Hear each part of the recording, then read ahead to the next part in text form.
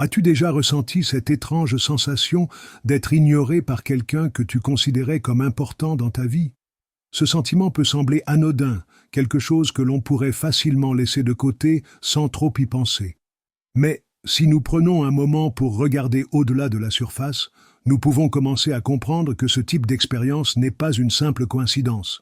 À travers un regard plus profond, comme celui que Carl Jung proposait, nous pouvons découvrir une multitude de significations cachées dans chaque interaction humaine.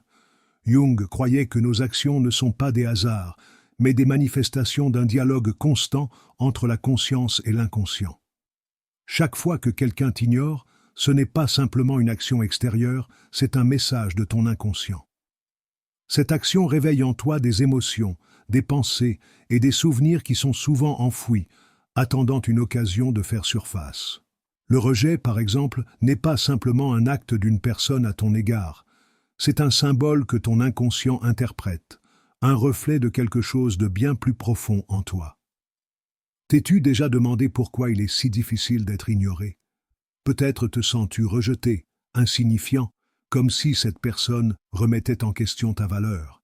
Et il est vrai que, dans de nombreux cas, ces sentiments de douleur ne viennent pas de ce qui se passe dans le présent. Ils sont en réalité des échos de blessures passées, d'insécurités profondes, qui, même si nous essayons de les cacher, font toujours partie de nous. Jung nous a appris que, dans ces moments-là, nos réactions sont profondément influencées par ce qu'il appelait l'ombre, cette partie de notre psyché qui abrite tout ce que nous avons réprimé ou nié. Quand quelqu'un nous ignore, cette action peut toucher les parties les plus sensibles de notre ombre, celles que nous n'avons pas encore complètement intégrées. Le résultat, des émotions débordantes, des réactions qui parfois semblent disproportionnées par rapport à la situation. Mais si tu prends conscience de cela, tu pourras voir qu'il ne s'agit pas simplement de cette personne ou de ce qu'elle fait ou ne fait pas. Il s'agit de ce que cette action réveille en toi, des aspects de toi-même qui ont encore besoin d'être reconnus et guéris. Jung affirmait que ces expériences sont une opportunité, un miroir pour nous regarder plus profondément. Imagine un instant que tu sois dans une relation importante et que cette personne commence à s'éloigner, à agir comme si tu n'existais pas. Que fais-tu? Dans la plupart des cas, nous avons tendance à réagir par la peur, par l'insécurité. Nous essayons de récupérer l'attention de toutes les manières possibles, sans réaliser que cela ne fait que nourrir le cycle de dépendance émotionnelle. Cependant, Jung propose quelque chose de totalement différent. Au lieu de chercher à l'extérieur ce que nous ressentons manquer, il nous invite à regarder à l'intérieur, à prendre un moment pour nous demander ce que cette situation nous montre à propos de nous-mêmes. C'est un processus difficile, mais aussi libérateur. Il ne s'agit pas seulement de la personne qui t'ignore, mais de la façon dont tu te perçois à ce moment-là. La vérité, c'est qu'au-delà de la douleur provoquée par le rejet, il existe une opportunité inestimable, l'opportunité de te reconnecter avec ton véritable être. Jung nous invite à embrasser ce vide, cet espace d'inconfort, car c'est dans ce vide que réside le potentiel de transformation.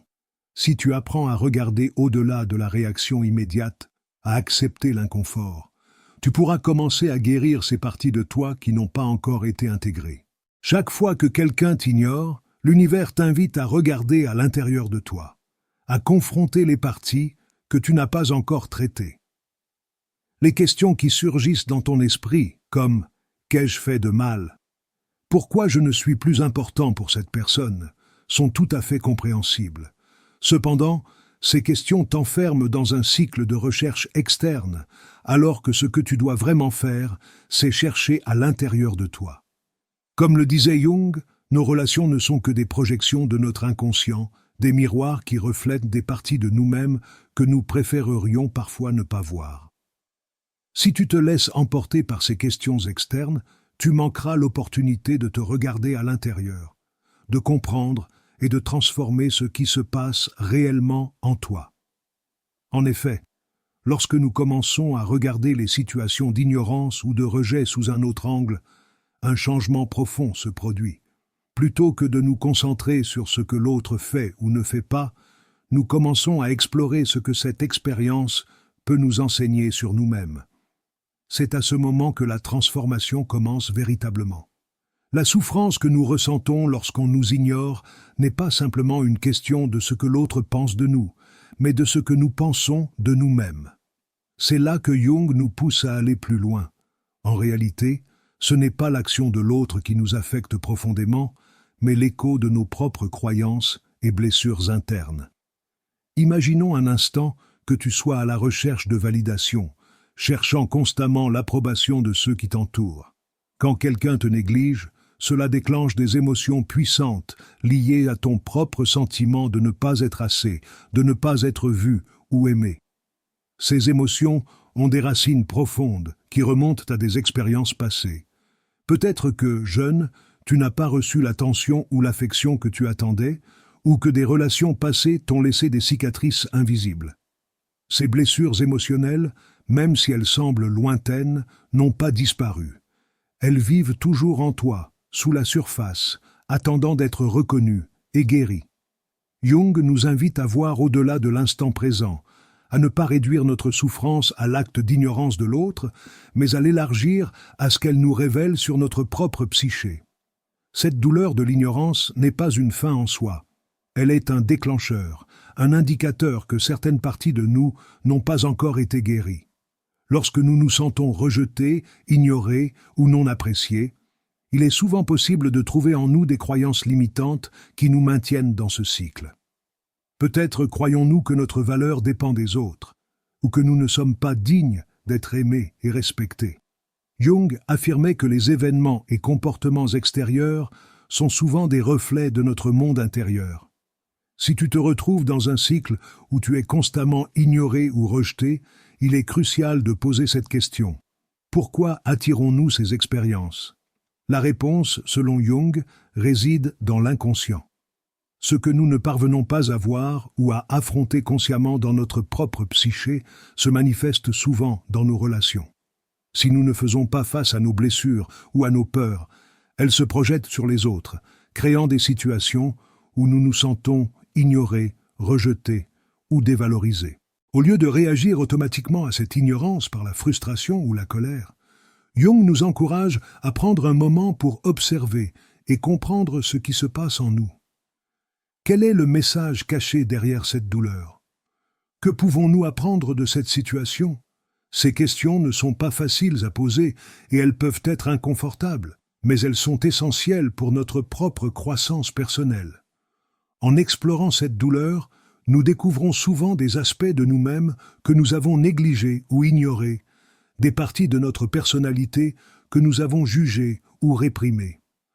Jung nous enseigne que la souffrance n'est pas un ennemi, mais une opportunité pour nous réveiller et nous transformer.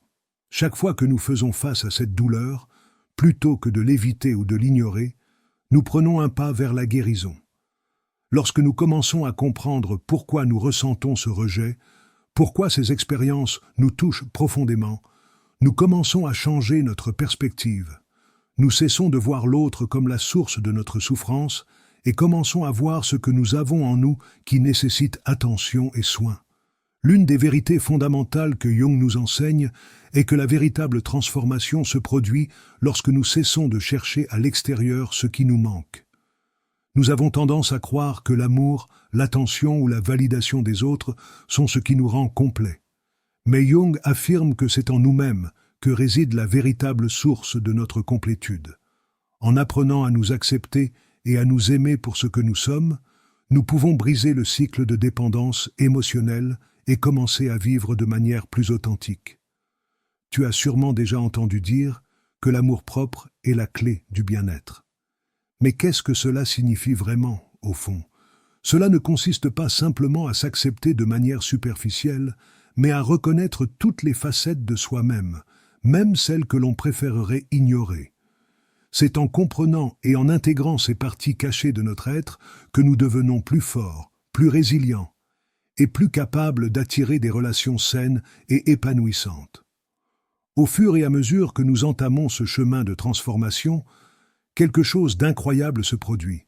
Notre perception des autres change. Lorsque nous travaillons sur nous-mêmes, que nous confrontons nos peurs, nos blessures et nos croyances limitantes, nous commençons à voir les autres différemment. Les personnes qui nous ignoraient auparavant, qui semblaient ne pas remarquer notre présence, commencent à changer leur attitude à notre égard. Ce n'est pas un phénomène magique, ni une manipulation, c'est le reflet d'un changement interne profond. Lorsque nous changeons, la façon dont les autres nous perçoivent également se modifie. Mais cela ne signifie pas que nous devons changer pour plaire ou pour obtenir l'attention de ceux qui nous ont ignorés. Au contraire, c'est en restant fidèles à notre essence, en cultivant une véritable relation avec nous-mêmes, que nous commençons à attirer à nous des relations plus authentiques et plus saines. Ces relations ne sont pas basées sur des jeux de validation ou sur le besoin constant d'être vues ou appréciées. Elles se construisent sur un terrain solide, celui de la vérité intérieure et de l'amour de soi. Lorsque nous cessons de chercher à plaire, lorsque nous arrêtons de dépendre des autres pour confirmer notre valeur, nous découvrons une force nouvelle. Cette force vient de l'intérieur, de la conviction que nous sommes suffisamment complets en nous-mêmes, indépendamment des opinions extérieures. C'est à ce moment précis que notre énergie devient magnétique. Nous commençons à attirer non seulement des relations qui résonnent avec notre véritable nature, mais aussi des opportunités qui nous aident à grandir et à évoluer. Jung nous montre que ce processus, qu'il appelle l'individuation, est essentiel à notre épanouissement. L'individuation est le chemin qui nous mène à notre être le plus authentique, un être qui ne dépend pas de l'approbation des autres, mais qui vit selon ses propres valeurs, ses propres aspirations. Ce n'est pas un chemin facile, loin de là. Il exige courage et honnêteté envers soi-même. Il y aura des moments de doute, des moments où les anciennes blessures refont surface. Mais chaque pas fait sur ce chemin nous rapproche de notre véritable nature. L'individuation, selon Jung, ne signifie pas devenir une personne isolée ou détachée des autres. Au contraire, cela signifie apprendre à se connecter d'abord avec soi-même, à comprendre ses propres besoins et désirs, avant de pouvoir offrir cela aux autres. Quand nous nous reconnectons à nous-mêmes, nous devenons plus authentiques dans nos relations, plus ouverts à l'amour et à la compassion, et plus capables d'établir des liens significatifs. Cela ne veut pas dire que toutes les relations seront destinées à durer, mais plutôt qu'elles seront celles qui contribuent à notre croissance personnelle. Lorsque nous commençons à intégrer nos ombres, à accepter les parties de nous que nous avions auparavant rejetées, nous découvrons également des forces insoupçonnées. Nous constatons que nous avons plus de ressources intérieures que nous ne l'avions imaginé. Cette énergie que nous investissions dans la quête de l'approbation extérieure, dans le désir d'être vu ou aimé, peut maintenant être redirigée vers notre propre épanouissement. Nous découvrons de nouveaux talents, des passions que nous avions oubliées, et une détermination inébranlable à suivre notre propre chemin. Imagine un instant à quoi ressemblerait ta vie si tu laissais partir le poids de la recherche constante de validation externe. Que pourrais-tu accomplir si tu cessais de t'inquiéter de ce que les autres pensent de toi? Cette liberté ne se trouve pas dans un idéal lointain, mais dans une réalité immédiate qui peut commencer à se manifester dès aujourd'hui. La clé réside dans la compréhension que nous ne pouvons pas contrôler les actions des autres, mais que nous avons toujours le pouvoir de choisir la manière dont nous réagissons à ces actions et de donner un sens à ce que nous vivons. Jung nous rappelle que lorsque quelqu'un nous ignore, cela ne veut pas dire que nous ne valons rien. Parfois, les actions des autres sont le reflet de leurs propres insécurités, de leurs propres luttes intérieures. Cela ne justifie pas les comportements irrespectueux ou nuisibles, mais cela nous permet de voir que chacun de nous porte une part d'ombre, des blessures non guéries qui influencent la manière dont nous interagissons avec le monde. Nous pouvons choisir de ne pas réagir impulsivement à ces actions, mais plutôt de nous arrêter, de réfléchir et de répondre de manière alignée avec notre vérité intérieure. Ce travail sur nous-mêmes n'est pas une tâche facile, mais il est essentiel pour notre croissance personnelle. C'est en faisant ce travail interne que nous commençons à développer une relation plus saine avec nous-mêmes, une relation basée sur le respect, l'amour et l'acceptation de soi. En conséquence, notre monde extérieur commence à se transformer. Les relations qui ne nous nourrissent plus, celles qui sont basées sur la validation externe, commencent à se dissiper. Mais celles qui sont destinées à durer, celles qui résonnent avec notre essence la plus profonde, deviennent plus fortes et plus authentiques. À mesure que nous avançons sur ce chemin d'individuation, il devient évident que notre vie ne dépend plus des actions des autres, mais de la manière dont nous choisissons de vivre en accord avec notre propre vérité. Cela peut sembler paradoxal, mais c'est en lâchant prise sur les attentes et les validations extérieures que nous trouvons une liberté véritable. Une liberté qui ne réside pas dans l'isolement, mais dans l'authenticité. Cette liberté intérieure transforme profondément la manière dont nous interagissons avec le monde qui nous entoure. Au fur et à mesure que nous nous reconnectons à notre essence, que nous apprenons à intégrer nos ombres et à accepter nos faiblesses, quelque chose de magnifique se produit. La synchronicité commence à se manifester dans nos vies. Jung décrivait la synchronicité comme ces moments où la vie semble s'aligner d'une manière presque magique, où les événements se déroulent d'une façon qui semble trop parfaite pour être le fruit du hasard.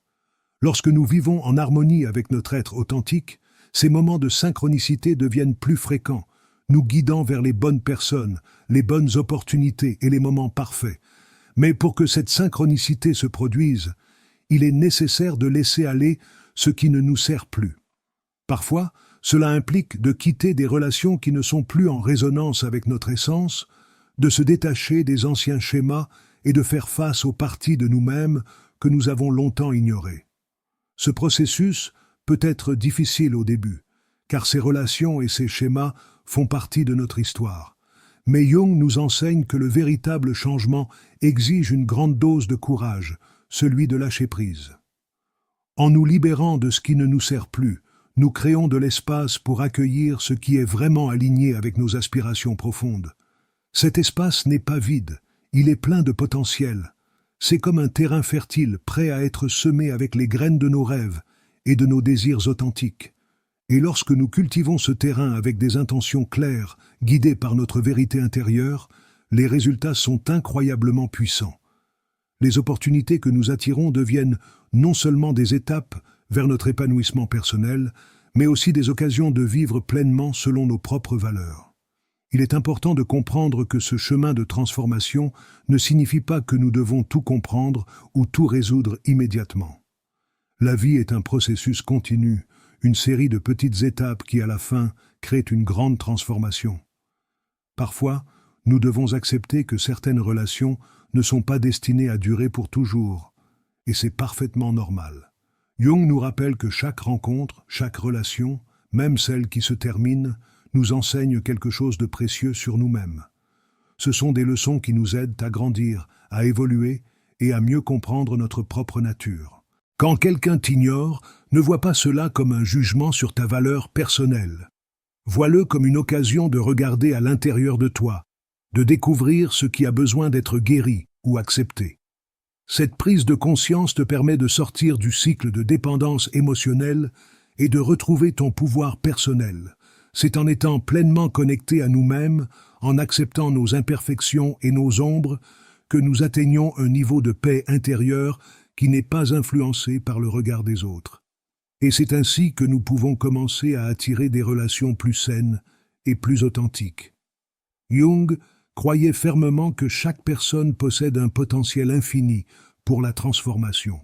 Ce potentiel se libère lorsque nous arrêtons de fuir nos peurs et nos blessures et que nous choisissons de les affronter. Chaque fois que nous faisons face à ce qui nous fait mal, chaque fois que nous nous arrêtons pour examiner ce que nous ressentons et pourquoi, nous faisons un pas de plus vers notre véritable soi. Et c'est là, dans cet espace de transformation personnelle, que nous découvrons un pouvoir profond et une paix durable. Si quelqu'un t'ignore, considère cela non pas comme une fin, mais comme une invitation à regarder à l'intérieur de toi. Demande-toi, qu'est-ce que cette situation me montre sur moi-même? Quelles parties de moi ont besoin d'être entendues, guéries ou acceptées? En prenant ce temps pour l'introspection, tu seras non seulement en mesure de te reconnecter à ton pouvoir intérieur, mais aussi de te libérer des dépendances émotionnelles vis-à-vis des autres. Tu commenceras à attirer des personnes qui résonnent avec ton énergie authentique et c'est là que la véritable transformation commence.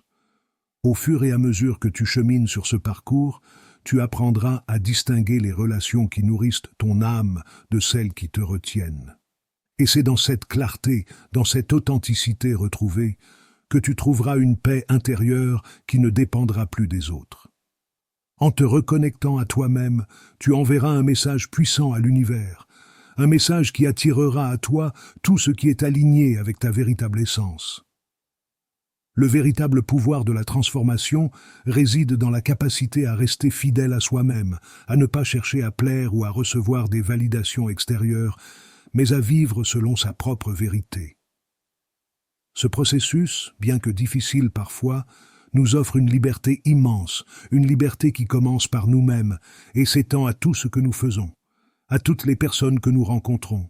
Et cette liberté, cette authentique connexion avec notre soi profond, est ce qui nous permet de vivre une vie véritablement épanouie.